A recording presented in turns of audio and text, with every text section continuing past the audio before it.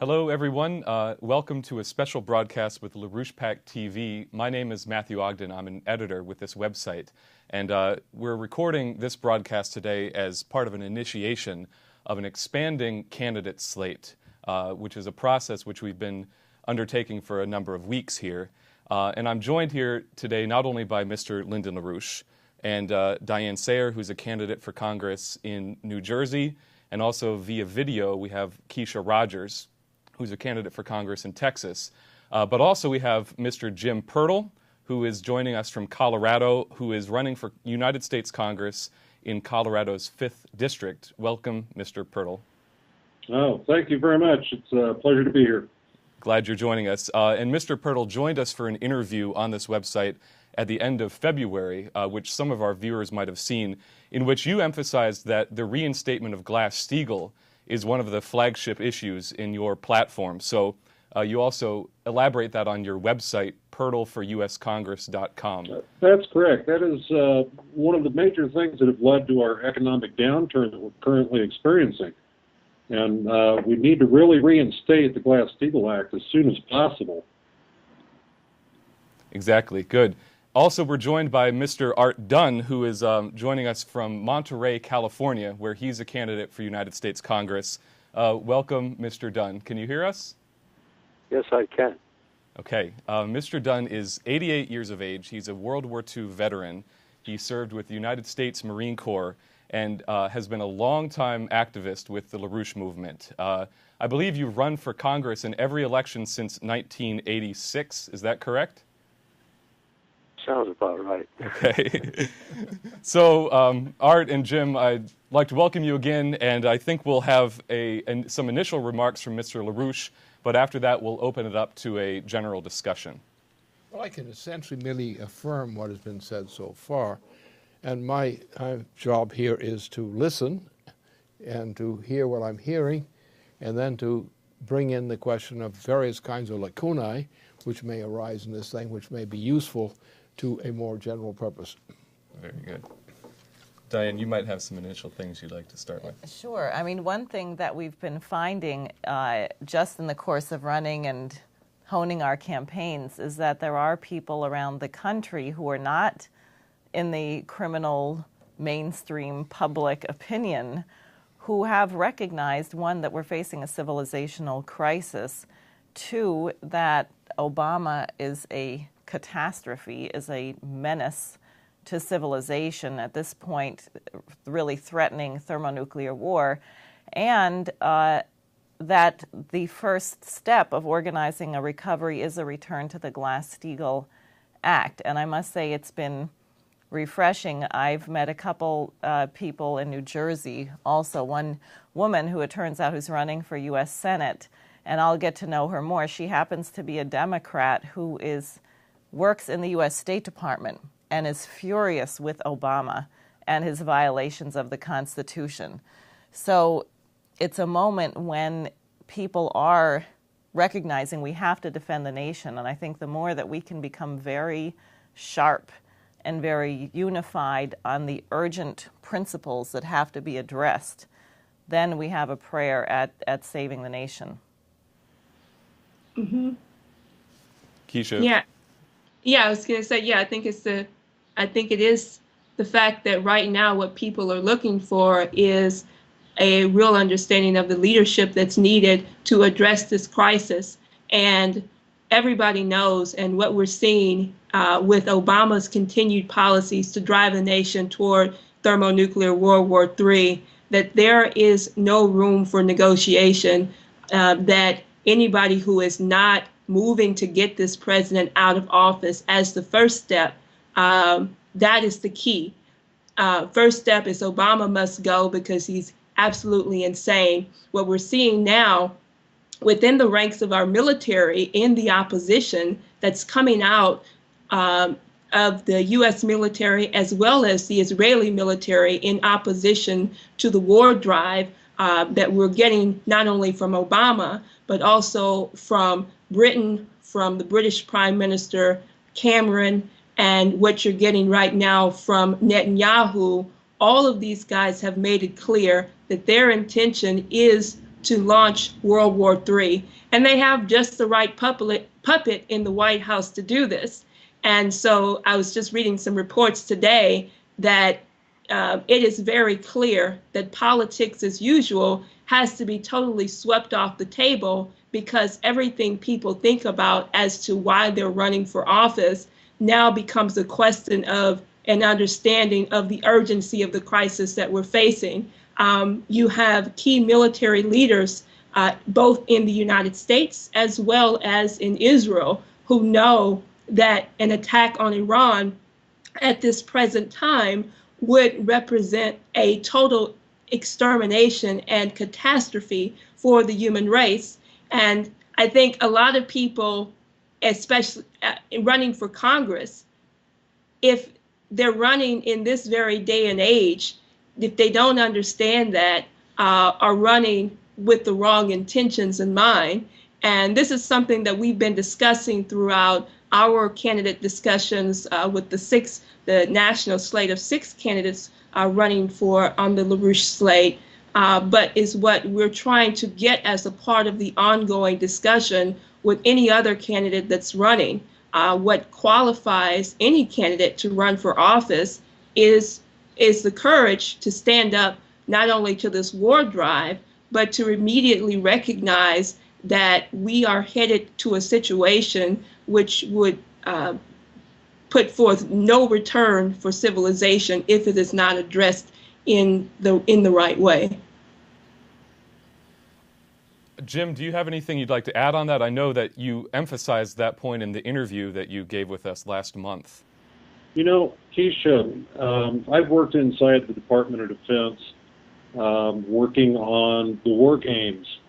And one thing that I learned from working on that program is that anytime you go into this type of a situation, it is a no-win situation. It doesn't matter if we attack, they attack. When it comes to thermonuclear war, it is a no-win situation. They can do all the games that they want to do and say, well, if Iran attacks Israel and Israel reattacks and the United States gets involved, it's still a no-win situation. And this is something that the public needs to know. They get all these news reports of, well, if this happens, we can do this type of a defense. That's not true. It is no-win. And that's not something that our country needs to be going into right now. They need to realize if we go into any situation, and when we go into Congress, we're looking for a win-win situation, not a no-win situation. That's right. The problem here is most people, particularly since the killing of Jack Kennedy, have not been in the world of reality. Less and less, all these generations, not in the world of reality. They don't realize that what Truman did was actually treasonous in a sense, because it turned back what our accomplishments had been in the war. Now, we had a problem in World War II. At that time, we had a problem that Winston Churchill was playing games. We should have won that war by the end of 1943, no later than that. But you had Eisenhower and others were just dealing with this thing, and they were changing the table on each point. Then you had this operation in the north there, which really screwed everything up at the end of that year, the later year, because they ran this silly operation where you put 2 paratroop divisions out there waiting for somebody to support, and the support was waiting at the end of a road, which is a one-channel road all the way back in. And then we moved the forces which were associated with Patton, we moved them in to rescue our troops from this mess. And it was this kind of method which happened again and again and again during the war. Every time that something was done, which was good, the British would intervene. And they would change the war. They tried to go from the Balkans up into Europe instead of the directed choice. So what's happened is we started out with that difficulty in getting in a war we could have won on our terms. We could have run this thing by 1943. It just had to be the right thing. But then we've got another problem. The fact is that we have lost both the capability that we had once the launching into Indochina was occurred. We lost it. and every since then. Then we got into a situation where here comes thermonuclear weapons are now being developed in that period. You get into the 1970s, you're in a period of thermonuclear weapons. They're not that plentiful then, but they're there. Now, those weapons change the equation in warfare. You're now into a no-win situation, and you've got to find another solution. You can use military force to back something up as a supporting operation, but if you're going to start a general war among major nations or major groups of nations, and they're carrying, at least some of them, thermonuclear weapons, you look at what you can see what the U.S. submarine fleet can do in the Pacific and in the southern region. That loss will, if it's against Russia and China, that's going to be a full first blast. And by that time that the blast is taken off, you're going to have the Russian forces and the China forces are going to fire their troops, their bombs. And you should think what's going to happen to this planet in terms of the condition of life that we'll be in. We probably could go to human extinction. If you get several sallies of this kind of warfare, the effects of this kind of warfare, which are not understood by most people at all, they don't even begin to understand what this is. They think of big explosions. They don't realize the whole atmosphere is going to change, that you're going to have green grass, you're not going to have green to grow troops, to grow food. Yeah. And that the conditions that you create by going this far to a thermonuclear war, you are in an incalculable situation which is probably all loss. And there are other ways by which we could deal with these problems. But the funny thing about it is it's our military leaders, especially in the United States, who are clearest on this issue. And therefore we depend upon our military commanders because they're the only ones who can tell us clearly this is the nonsense you must never do. Right. Mm-hmm. And it's been clear since John F. Kennedy. I was just reading some quotes this morning. He was speaking in front of the United Nations, I believe, in 1962, and he described the effect of a thermonuclear war.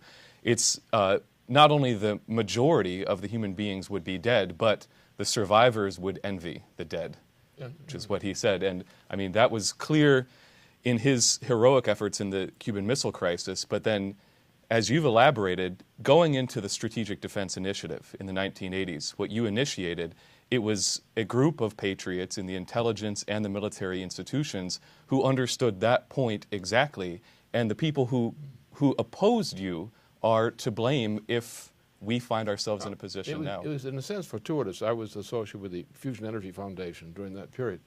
And then in 1977, I was in Europe, and at that time we had to cross signals with some of the leading people in the Pentagon, and also with my circle. I, on my initiative, just launched what became known as the SDI.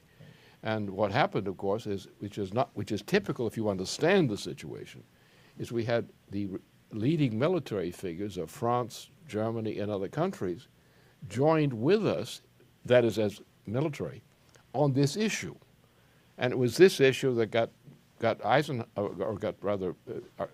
president at that time, right, to actually support the thing. And the killing of this has now, the killing of the SDI, has now brought on, as effect, the threat of this kind of situation. And you still have, as you see in the U.S. military and in other countries as well, you see the clear statement: you cannot go into this kind of war. You've got to find a different solution. Art, I want to invite you to add anything that you'd like to on this point. Yeah, the general public is quite unaware of the power of these weapons. Today is the first day I realized that they're 500 times or more powerful than what we dropped on Hiroshima and Nagasaki. And, of course, those were unnecessary to do at that time, too. But the general population, I believe, if they ever knew how powerful these things are, they would have a much different idea, and they'd understand that there's going to be no winner in the next war. And if we can get that out to them, that would really, I think, change things very, very much. Yeah, that's certainly a big part of it. Also, I think Americans in particular are somewhat removed from the idea of war. I mean, there has not been a war on our soil since the Civil War. So whereas in Europe, people can hear from their families of the devastation of World War II, you can see the areas still today that were firebombed. Here, there's definitely a sense of removal or denial that, okay, there might be a war somewhere else and that would be bad, but it's really not going to affect me.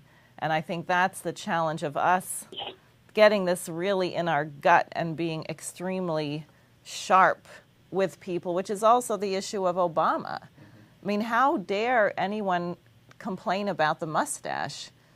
And I always ask people, do you think Hitler should have been stopped before he killed all of those people?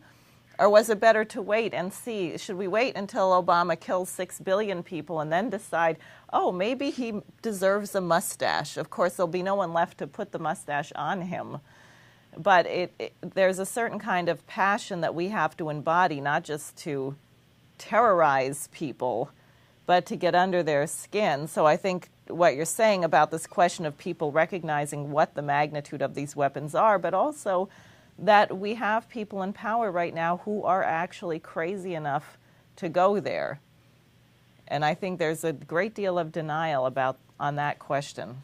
Well, I think something to add on that, too, is we saw Obama is a tool of the British Empire, and we saw this clearly demonstrated last week. I'm not sure, Jim and Art, if you saw this footage, but David Cameron, when he was at the White House, was welcomed in full royal regalia by Barack Obama, who toasted to the Queen of England and pledged his undying allegiance to the UK-US special relationship. He virtually said we were subjects. Right.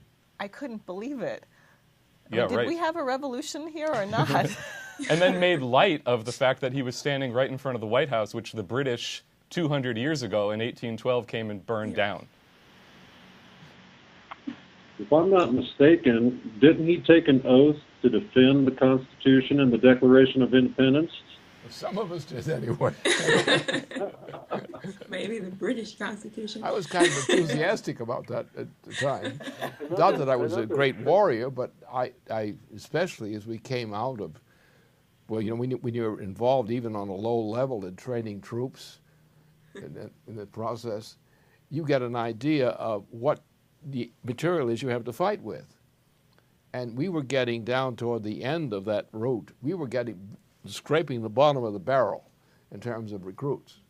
And that was one of the most frightening things that, for me, because here we are, just a lowly corporal, you know, training troops, and you see this, and you see these fellows, and you think about warfare, and you say, we're not going to make it with these guys. And so therefore, the problem today is worse, is the recruits out there. What we do is we send recruits who are deficient. We send them over on these recycling duties with no purpose whatsoever to them, and naturally you will get crazy kills as a result of you have a quality of troop which is not fit for military service because of their psychological conditioning. And you put these guys over there to fight useless wars which accomplish nothing and do a lot of damage, rather than solving these problems. And this is a product of the killing of Kennedy. When you killed Kennedy and covered up the story of what really had happened, and you went into the Indochina War, you saw in the Indochina War itself, of almost a decade in total of the total Indochina War, and you saw what happened to the U.S. population in military service and others. And you see the revival of that after the killing of Kennedy. And you realize what was done to the mind of the American people. You can't call them meat. They're not meat. They're people, and it's the way they're developed, their backgrounds, and what they're capable of becoming that determines that's your fighting force. And fighting force for purposes of warfare and fighting forces for leadership in terms of political and other chores. And we've lost it. Jim, I know you're a Gold Star father and your son lost his life in Afghanistan. Yes. And it's clear that the sacrifice of the American people, people are ready to put their lives on the line to defend their country, but it's a question of whether or not we have a president, a commander-in-chief, who has the same interests in mind. You know, I'd like to ask Mr. Obama if he is willing to put his life on the line for our Constitution like my son did. He took an oath to protect our country and our liberties, and he did that, and he gave his life for our liberties. Mr. Obama, when he pledges his allegiance to the Queen, is actually a disgrace to what my son did. Well, the only thing we can do about such things is to make it good, to bring the good out of it, the lessons that have to be learned under a high price. You know, there's a deep moral crisis inside the American people. When you think about like this most recent case, the popular case, you realize he was a defective person, and therefore he cracked in a way that a defective person would crack. You know, people get these reactions when they behave that way. They don't even think about what they're doing. They find themselves reacting before they think. And then they find themselves pushed either to collapse at that point, just collapse, commit suicide, or to actually go fuller, to try to justify themselves in what they did. Like this case that's reported from there. And what the damn thing is that the people in government who are responsible, except for some of our military leaders in general, do not respond to that reality. They're like saying, we must go on for another 2 years with this war there. It's already a hopeless war. What do we want that war for? It's a meat grinder. It's just going to make everything worse. And the point is, you take the politicians then, that gets you back into the average citizen, voting citizen. Now you see the voting citizen is capitulating to this decision by these policymakers. And they vote for politicians who have those policies. The threat is not only that Obama would still be president, in which case we're probably all dead anyway, but the point is, if we allow this kind of politics to go ahead, we don't have a chance, because our own forces, our own policies will lead to our destruction. And you don't have people who believe in laying down their life for a purpose. Those who do care what happens. Those who don't care what happens. Is that simple?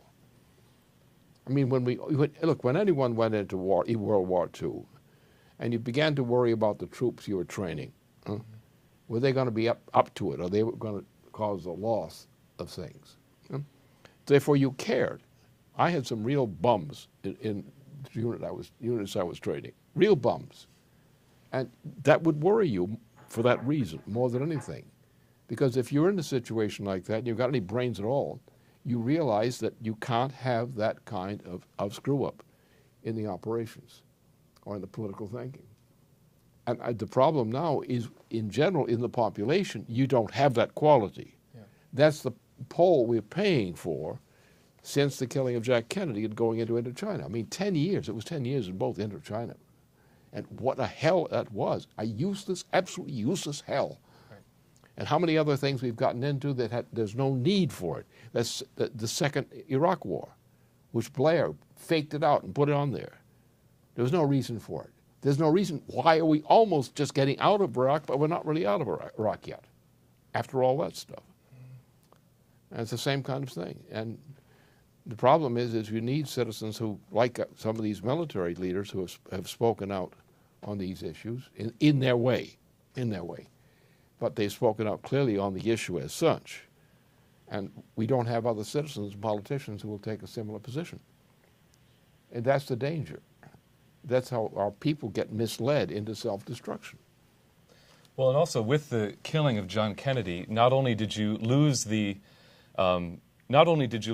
a crucial aspect of the tradition of the United States military, what he represented from the generals from World War II, but we just published a really important report, which Art and Jim, you can find on the LaRouche PAC site.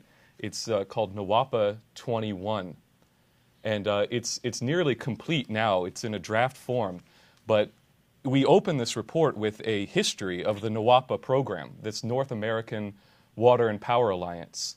And the quotes that John F. Kennedy have, I mean, he made an entire tour of the western states, including going to Pueblo, Colorado. He was in Utah, other places. And he understood that the purpose of the presidency, which he was occupying for a short 3 years, was not, did not lie in the present, did not lie in his personal gain as he occupied the presidency. But he understood that it was the efforts of Franklin Roosevelt in 1930 which laid the basis for the ability of the United States to exist in the form that it did in 1961, 1962. And he said, we must dedicate ourselves now to the furtherance of the existence of this nation in 1982 and 1992 and 2002. And I think it's this human principle, this efficient connection to past and future generations, which has been lost in the souls of our current youth generation, which induces the kind of psychosis that you see with the case of this killer in Afghanistan. Somebody who has no idea what humanity is, hates himself, and therefore hates other people. Well, actually, since the beginning of the last century, at the time that our president was killed, another president of ours was killed, that we lost the direction in science. We've had progress in science since that time in specific cases, but for the most part, we've gone backward. And you look at the increments and critical increments of scientific progress in the known history of mankind. And you find the intervals are getting shorter and shorter and shorter for each of these leaps forward in progress. And the warfare occurs in that context. Now, what's happened is we've gone backwards in our entire context. People no longer believe in technology. They no longer believe in science. They believe in green. Right. And therefore, we're going backwards. So what you have overall is you have a moral decay inside the mind of the population. And the decay increases as the generations become younger. And therefore, we are not only losing war, we would not have this problem of dealing with war if we were also previously dealing with what is human progress, what is necessary for human progress. If we survive this nonsense, what we considered as military tradition earlier will pass away. But we will have other things, the development of nearby space, the scientific development in general. The time when we can say within 30 years or so, we can have the arrival from the moon to Mars within 1 week. That can be done. And these kinds of challenges which come to us from the universe around us, from the solar system and from around it, these will be the new wars. Not the wars of killing, but the wars of a mission orientation for a necessary achievement for mankind. And the expenditure of life in the playing games of warfare ends. People will still take risks. People will take risks in science in trying to get into the Mars development program. That's a high-risk operation. The moon was a high-risk operation. But we must do high-risk operations. But that's not bad if you believe in immortality. Because you are spending your life for something useful for mankind. Right. And you take a risk. But you're proud of yourself because you took the risk for a good reason, not for a wasted reason. And we've lost that driver, and therefore you get this backsliding into this. And then I think in this campaign, this time, we have to emphasize that, because it's not enough to try to convince people not to do something bad. You have to actually inspire them to understand the missions which are meaningful, which they can be proud of because it makes them proud of their life. And that's the real war in the end, is human beings are struggling. We're all going to die. With sooner or later, we're all going to die. But if we have a mission for mankind, then we don't die. We die in the flesh, but the purpose of our having lived does not die. We become, in a sense, immortal in the sense that our life was useful. It was a contribution to mankind. And we're not doing that. We're not giving people the kind of inspiration which brings that forth. And they will act then when they feel it's necessary to act. You won't have to argue about war. The simple fact that it's the wrong war will be enough, as you see so many of our military have reacted. It's the wrong war. It's the wrong thing to do. Don't do it. There are other ways of approaching this problem. But the problem is the lack of morality in the population. 3 generations which have been actually sliding down in terms of their moral character over these times. And we now got the 3rd generation. And this was not a quantitative increment. This was qualitative. Each generation has become worse than the generation preceding among the past 3 generations. And because we have destroyed the moral commitment as a requirement of society, the matter of being faced with a war which you should not fight, because there are other solutions, and it will be the same forces, the forces we use for the military, that is the white ones for the military, will be the same people who will take on, as you saw with the space program. Right. It was a military program. The Apollo. It was a mission for the United States, a mission for humanity. And that's the only way that we should deal with these problems. You have to have people who have a devotion to a mission for humanity. Then when they say there's a risk in life on this thing, so what? There's always a risk in life.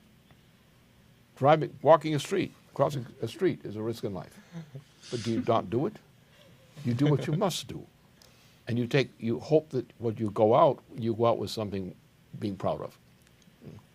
Yeah, and I can say that, I know that Diane and we really see from our generation exactly what you're speaking of, that there is no mission for the generation. And what we've been discussing, the degeneration that's continued to progress since the assassination of President Kennedy, is really manifesting itself in today's younger generation. And it's intentional. We saw the intention of the destruction of a generation under the baby boomer generation with the drug, sex, rock and roll counterculture.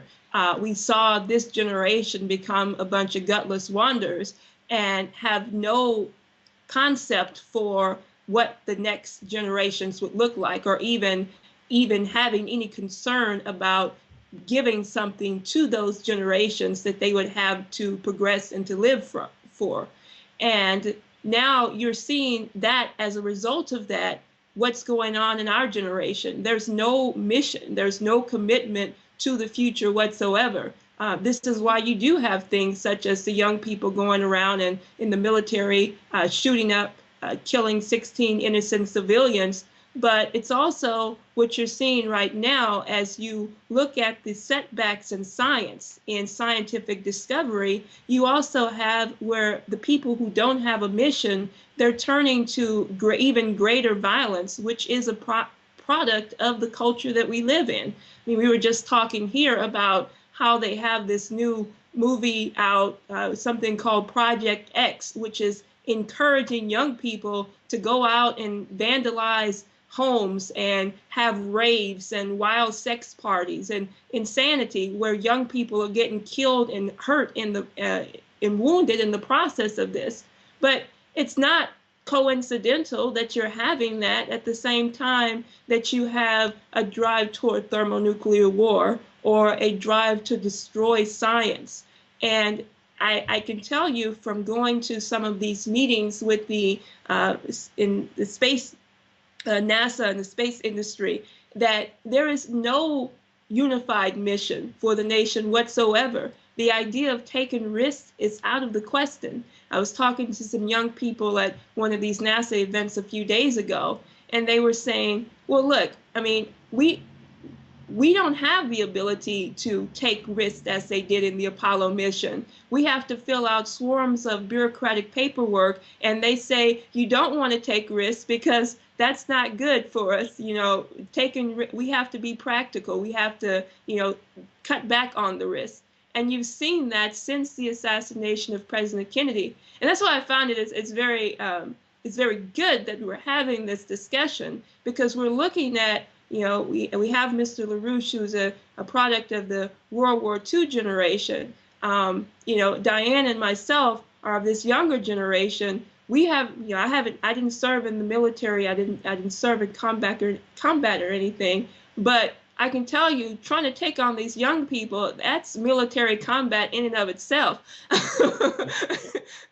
And if we can get them to be passionate about having a greater mission in their own life, a greater mission for this generation in which we're striving for every day, in what we're doing with our Science Driver project, with our science team, our basement team, what the North American Water and Power Alliance, as we were just bringing up here, this NWAPA 21, this is going to be a great expression of what the future holds.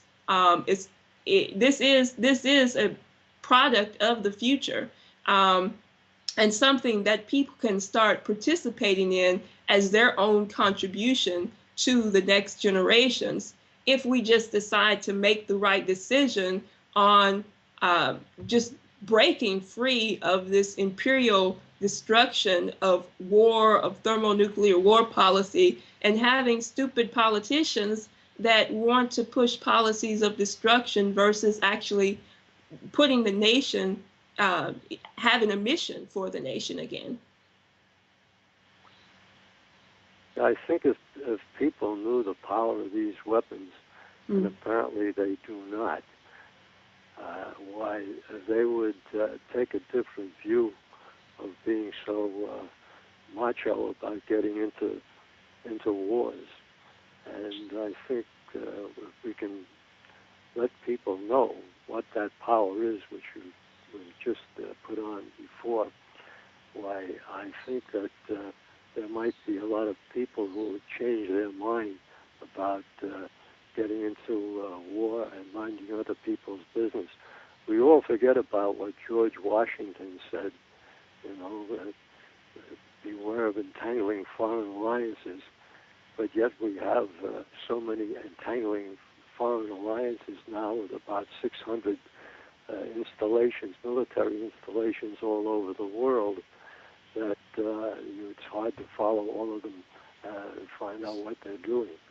So I think that the power of these missiles and atomic bombs that we have today should let us know that it's time to grow up. It's time for everybody to grow up and look out for other people and other people's children in other countries, and not be so fast to pull the trigger and just go off and bomb people. And I think if we do that and let people know the power of these weapons, they'll be scared into doing something different than being so macho about all these things these days. There's a hesitation in dealing with that important point because it demands security questions. But nonetheless, we do know scientifically what the nature of the impact of this kind of weapon system is. For example, it's a very simple fact that if you are in the United States and you're under Obama, and Obama will do it if he's allowed, he'll take especially the Ohio-class submarine capability, and they've got several layers in there to go with. But the first layer is going to aim at a maximal destructive effect. This is not a signal. This is not a raising of the flag. This is not an exemplary battle. This is not a bluff. You've got to start this kind of war. You have to win it at the start. But then it backfires on you because you take the case, say a blast coming from the Pacific, say the Ohio-type submarine, unleashed a thermonuclear blast on the territory of Russia, China, and some other places. Well, what's going to happen the minute that liftoff occurs? The Russian fleet or the Russian bases are going to have their own system, which is also thermonuclear in its capabilities. They're going to respond, and it will go on from there. Now, then, if you look at the condition of the territory, which is getting this kind of bombardment, and you say, what's going to happen to this territory? And it's already known what these kinds of effects, when they are mass effects, will do. They will not stop in the area in which you have this immediate bombardment. It will extend around the planet. You see the kind of weather conditions we've got now that are occurring. A new kind of weather condition, worse than we've ever had before. Look at what happened to winter this year in this area of the world.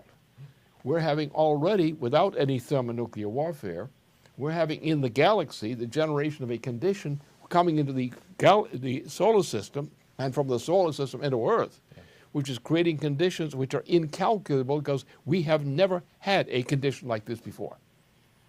And the intensity of the radiation produced in this kind of process itself will increase the death rate.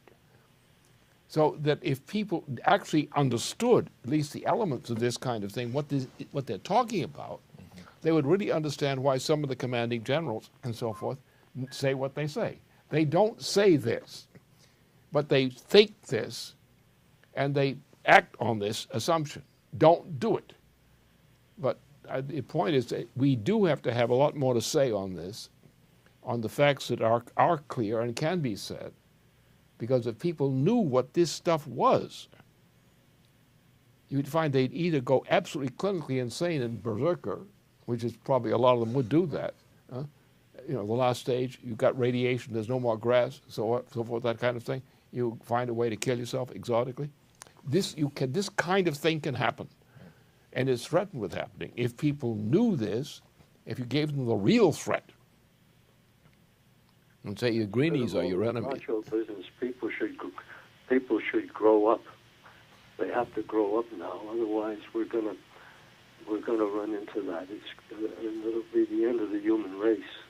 And they have to be apprised of that and grow up. Yeah. Well, in terms of the weather conditions, I mean, we just received word that there was a 7.6 earthquake in Acapulco, Mexico, right off the coast on the Pacific coast, which is yet one more large magnitude earthquake in the march around the Pacific Rim of Fire that started with Christchurch and, of course, the Japanese earthquake last year.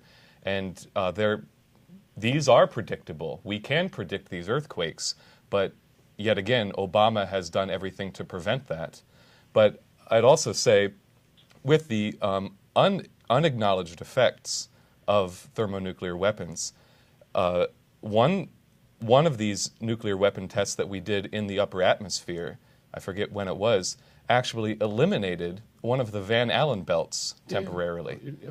And we had no idea that that was going to happen. And I think some people did consider that. Okay. But the point was we found out the Van Allen belts didn't go away. Right. The radiation stored in the Van Allen belts went away. Uh-huh. But the Van Allen belts remained there, and they gathered in this kind of debris the same way that it got it in the first place. Oh, that's fascinating. And the point is, the thing that underlies this is this Van Allen belt structure is based on a matter-antimatter reaction process, which was not known before. Now we've got this thing we've talked about in the basement, for example. We'll talk about this thing. We've got a similar kind of phenomenon in the exception in the South Pacific region, the Antarctic close region. It's similar. So we have conditions of nature, which we are now coming now to understand more and more, dribble by dribble, and we understand how this system works, at least in some part. And so there's the same thing I can say. Well, I can predict perfectly well that within 30 months or something like that, the United States could be capable of building a system which could become, by design, not necessarily by implementation, but by design, could become a system which is capable, using a matter-antimatter process, of getting us from Mars to Earth to Mars and back again, each in 1 month or 1 week. So that we are now at the point that we have this capability, or have it coming into our hands, for great things. But the warning is, from the better we understand how the solar system works and how the galaxy works, things like the Crab Nebula, as we're looking at these things, we realize what we're up against. Right. And we then understand some of the things that are dangerous to all humanity. We're not sitting on Earth with a local problem. We're sitting inside a solar system which is operating inside a galaxy in the neighborhood of the glass this other system. And that should warn us. And the problem that we're so ignorant of elementary things which are known today both the elementary things that are bad and the elementary things that are good. So we are entering on a new phase of the universe for mankind, in which there are things which we learn to abhor all the more, and they're the things that we know can be useful for the future of mankind. And we can change the weather system. We now have no ideas of how to change the weather system, which is becoming more and more dangerous to us. And anybody walking about the pattern of weather this year already, and at the end of last year, the weather system is changing in a very dangerous way. And therefore, these kinds of technologies and conceptions of science driver programs enable us to understand how we can deal with both of these kinds of problems. So why aren't we doing that instead of all this nonsense of pretending that we can conduct a kind of warfare which could no longer be fought unless you wanted extinction?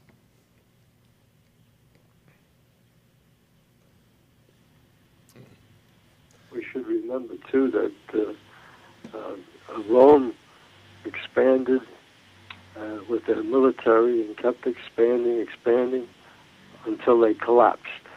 So we're following in their footsteps. The thing to do, dealing with things that are called military and so forth, the success in dealing with that was always the equivalent of scientific progress, cultural and scientific progress. And cultural and scientific progress is your essential winning weapon. And it doesn't mean you have to kill to make it work. It works also the other way. But the problem is we're not doing enough in terms of educating the population of those who want to be educated on these kinds of things. Instead of just arguing at them, bombard them with evidence of what can be done, demonstrate what can be done. Right. That's important because that was what your intention was as the principle of the Strategic Defense Initiative. We were talking about a direction for cultural as well as the needed technological and scientific progress.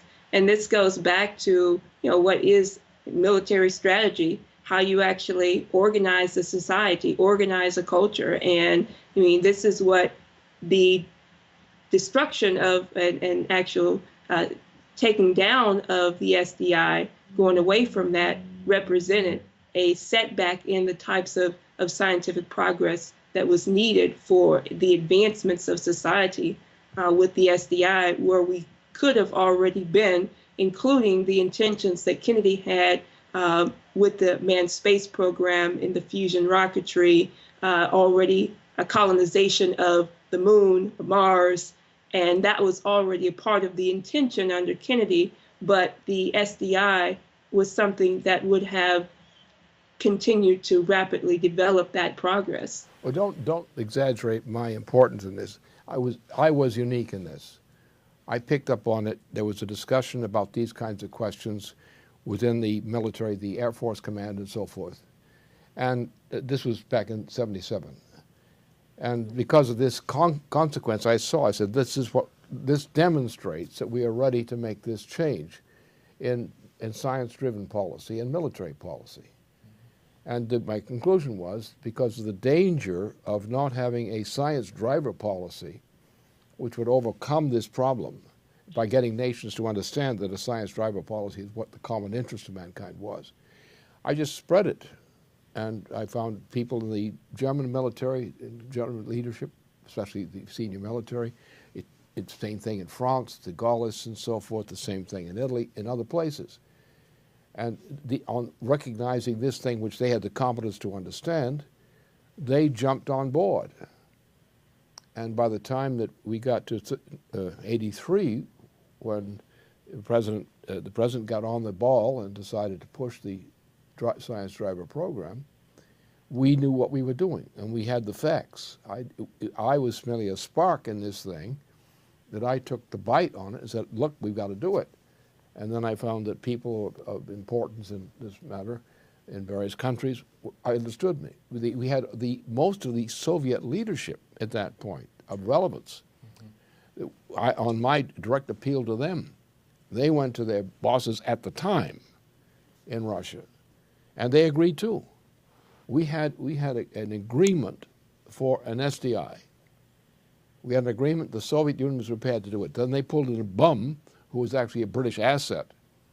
And the British and this bum, and then Gorbachev, who was a later bum, but probably even worse one, did the same kind of thing. We had in our hands, we knowing that we were looking at the threat of an extinction kind of fight in a nuclear war, a thermonuclear war.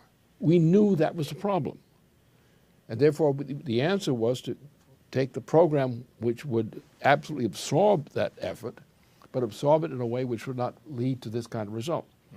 Because we would change the thinking of other nations by proposing something which would change the way they looked at the world and looked at the problem. And we found that I had a major part of the Soviet leadership that was involved, agreed with me. This is what we have to do. We had all the people that were put on this thing in terms of the very early 1980s. They all put on this. They all knew this. We had this, the future of mankind. And we all agreed. This was taken out of our hands because the British and some other skunks and so forth took it out of our hands when Reagan, the president, was prepared to push it. And we lost it dead. We are now suffering from the fact of the crushing of Reagan's support for the SDI. And the science driver is always these days essentially the progress of mankind in greater power to deal with the challenges of mankind is always the general remedy for any strategic problem, one way or the other. If you abandon that and go to a green policy, then you're going to nothingness. And you have no real solid argument against the adventurers. Good. Okay, Jim, do you have anything to add at this point? I really don't. It's been a very interesting conversation. I'm really sitting here and learning as well and gathering my thoughts. But I had a question. I wanted to get just what the other candidates, we were bringing up in the beginning of the discussion, the question of Glass-Steagall as we are looking at this as a key principle of what our Constitution represents. And I know, as Matt said, both of your campaigns, Jim, you in particular, you're going out with this. What is the response you're getting on the understanding of the urgency of a return to Glass-Steagall, given the crisis that we're in, the collapse of the system?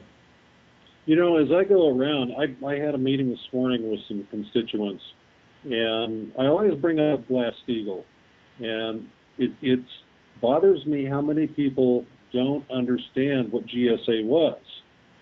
And I have to explain to them why we had Glass-Steagall to begin with. And in 1999, when it repealed, what has happened to our economy since that point?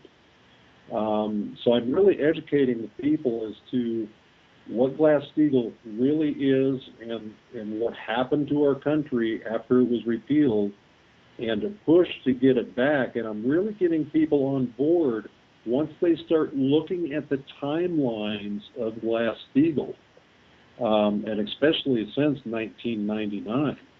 A lot of people are getting on board and backing me to get Glass-Steagall back into the hopper on the House floor. You're getting something similar, Art? Well, I'd have a question for Lynn with respect to the power of these missiles now, 500 times more than before.